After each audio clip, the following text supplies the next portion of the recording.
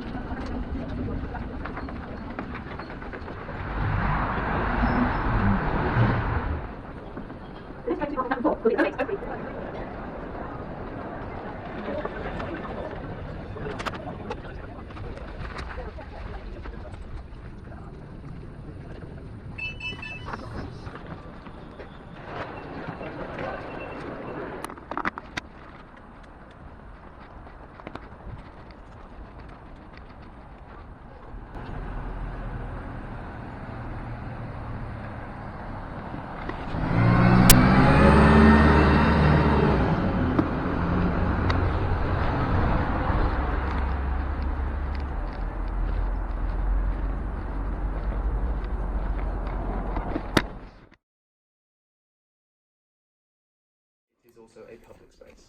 It is not locked down, and this is a theatre. This theatre was built in 1886. There is a performance of Women in Black, or Woman in Black, this afternoon, and at some point they will... Okay, well, that was quite a day. Met up with some good people. Really interesting set of talks, and now I'm just about to jump on a train to get back to London. Not that train, obviously, but another one. It's on time, apparently.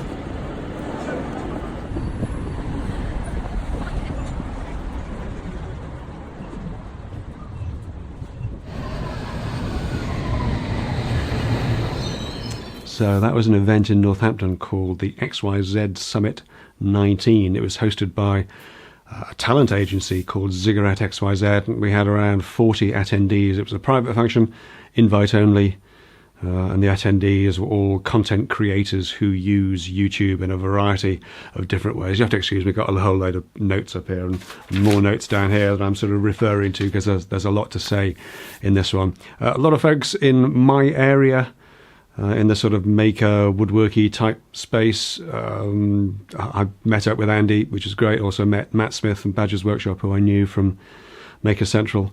I also met Vicky, the carpenter's daughter, who I didn't know, Joe Wilshire from Average Joe's Joinery, and Richard Morley from BrainFizz. Our kind of people were all in the sort of woodworking arena, and I knew a few of the other guys who were there as well. I knew a few of their channels, didn't know them personally.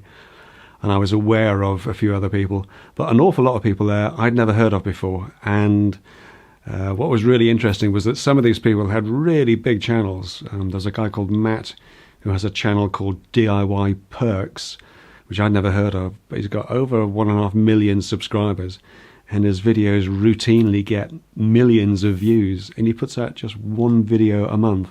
In fact, what was fascinating about the whole show, the whole shindig, was that the vast majority of these really successful channels were doing pretty much the polar opposite of what the received wisdom is about YouTube from the YouTube gurus, the Sean Cannells and the Roberto Blakes and the Darrell Eves. They say you should be doing, a video a week. You should do the short, snappy intro, then the jingle, then the hook, then the whatever. These guys with really successful channels weren't posting weekly. They were putting out a video maybe once a fortnight, maybe once a month, sometimes just whenever it was ready. In fact, Matt at DIY Perks didn't post anything recently for 3 months just because a project took longer than he expected it to. And his channel didn't die, People were sort of contacting him, hoping he was all right. But it's, absolutely fascinating to listen to these successes. It wasn't a kind of let's all do selfies with each other and put them on Insta sort of YouTube event. It was very businesslike and much more focused on the business of creating what they called factual entertainment, which is a slightly awkward phrase, but kind of sums it up pretty well. It was fascinating. Gave me and the other guys there lots to think about. And of course, fantastic to meet up with a few of the other folks in the same space, and great to talk to them as well, because as content creators, we tend to spend an inordinate amount of time in our own workshops, talking to ourselves on a camera, or looking at ourselves in the edit, or listening to ourselves on the audio side of things. We'll be returning to this topic on the podcast, I'm sure. But it's really got me thinking about YouTube and the frequency of posting and all that sort of stuff, about plans for going forwards. The real surprise of the day, though, came just before lunchtime. Panasonic were there with a camera surgery, and you could book a slot. I am a Panasonic Lumix user, apart from the very first 2 videos. Every video I've shot and posted on YouTube has been shot with the Panasonic Lumix of some variety, and indeed, as is this video here. And I did have a couple of queries about this particular camera body that I'm using, also this little sort of vlogging camera. I've got a few niggles with that. So I booked myself a slot in and had to duck out of the intellectual property and trademark law talk with all the regret of a man scraping mud up his boots. But I went to see the Panasonic guys. We had a bit of a chat. They couldn't really resolve the questions I had, but they did make some suggestions, so I'll have a look at those. And then just as we were sort of winding up, it was a 15-minute slot, just as we were sort of winding that up, they said, before you go, just got a couple of things for you, just to say thanks for stopping by. And I was expecting like a kind of lens cloth or a bit of show swag, a calendar or something. And they come out with this. Panasonic Lumix GH5 and a 14 to 140 lens. That's like the equivalent of a 28 to 280. This is the absolute kind of top of the line DSLR body that they make. I wasn't familiar with the lens before. It is a 28 to 280 equivalent zoom lens. This is kind of 1,700 pounds worth of gear, and they were giving these away to anybody who made an appointment with them. I know Andy and I have spoken on the podcast about rarely being given anything that we could really use. We get given stuff sometimes by tool manufacturers and whatever, but it's almost always stuff that we've already got, because if you're a busy carpenter and cabinet maker, you've got most of the tools that you need. It's very rare to find somebody who's going to give you something that you can actually use, for example, or something that you haven't already got. And this is genuinely one of those incredibly rare occasions when I do actually get something that I need. Honestly, this is the first time that something like this has actually happened, and I was almost speechless. Almost speechless. Okay, so I'm at the Ziggurat Summit with the fine guys from Panasonic here, all looking great. And look at this. I've come in because I had a slight niggle with my G80, fantastic camera, and I've just been given the GH5. That's unreal. And another lens, look at that. Wow, that's just amazing. Thank you very much indeed for the lovely people at Panasonic. We'll be doing some more testing on this, absolutely. So naturally, I did a little bit of testing the next day. So first test with my Panasonic Lumix GH5 and the new zoomy lens. I'm still finding my way with the white balance and the audio. I haven't got the camera, I haven't got the microphone on a boom. I've ordered a cage to go around the camera. But yeah, it's you know, fumbling my way through settings that are familiar and yet not the same. So interesting, very interesting. The lens is different. It's not as wide as the other one, but it is much longer. But it's not a constant aperture, so as you zoom, the aperture will change. So if I was to zoom in, I do have something clever on this called auto ISO. So as I zoom in, it will compensate for that, I would hope. I'm still in focus. But then I can also zoom out. That's why I've got the auto ISO on to compensate for the lens. I'll probably end up using the bigger lens, the Olympus lens, as the main lens. But this is just a very quick test with it to show you what a truly gorgeous camera this is. I'm just kind of speechless, to be honest, about it. Oops. Let me just show you how gorgeous it is. It is a thing of beauty. And that was a photo, not a video. Okay, let's show you how gorgeous it is. It is indeed a thing of beauty. I will very much look forward to having a proper play with this once I've got all the colours organised and sorted and everything else. But I'm just going to shoot some little bits and pieces on this now, just so that we get a flavour of things to come.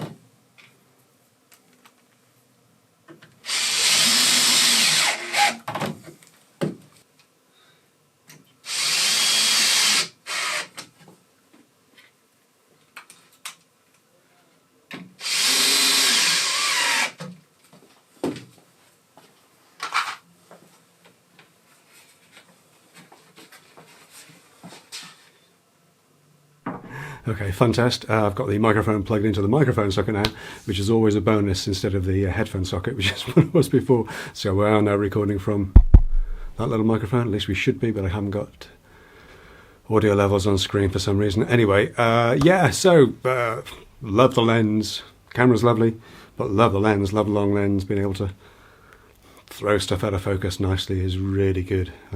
So yes, I think I'm going to be enjoying the Lumix GH5 and this lens combination. I really thought I would be having my prime zoom, my 12 to 40mm Olympus 2.8, but this is lovely. Yeah, interesting, good stuff.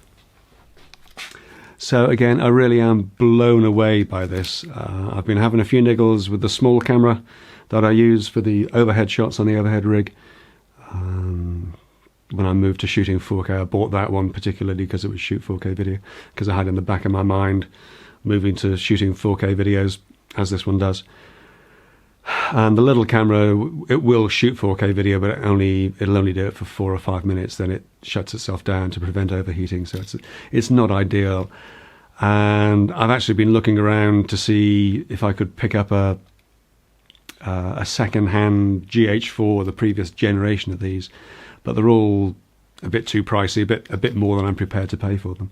So to be given this, it's pretty astounding, to be honest, and I remain totally blown away by this. There'll be lots of interesting video to be had in the next few weeks as I sort of start to get to grips with this. I said in the little bit earlier on, they are very familiar in the overall operating system, but the actual control layout is quite different. So swapping between the two bodies is going to be a bit of a challenge, but bear with me, we'll get there in the end. In other news, I've been cracking on with this ugly wardrobe build, and I got everything painted this week, and I decided to roller it in the end. I just couldn't face putting the spray booth together, mostly because I wanted to keep this side of the workshop workable while that was going on. That worked out pretty well.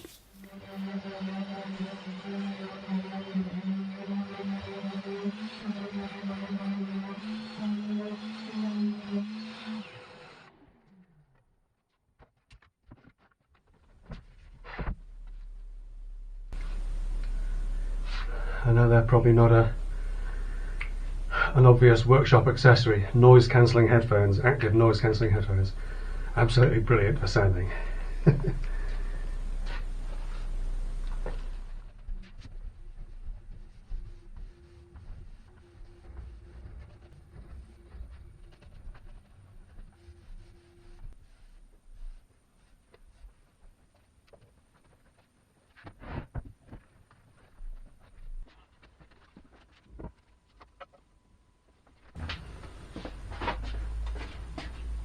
One of the things you can do with a roller, of course, is get that thing out of there to here, just to tickle the edges a little bit.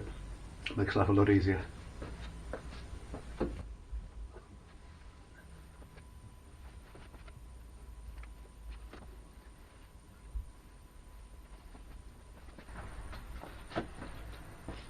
Incidentally, I'm using a little stick behind the door here to keep it as upright as possible, so it doesn't bow too much. You want to keep it as straight as possible while it's drying.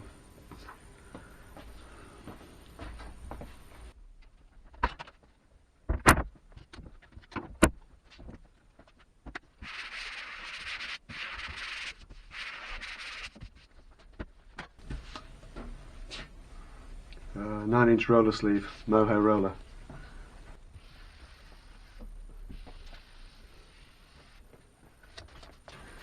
Better than any tack cloth.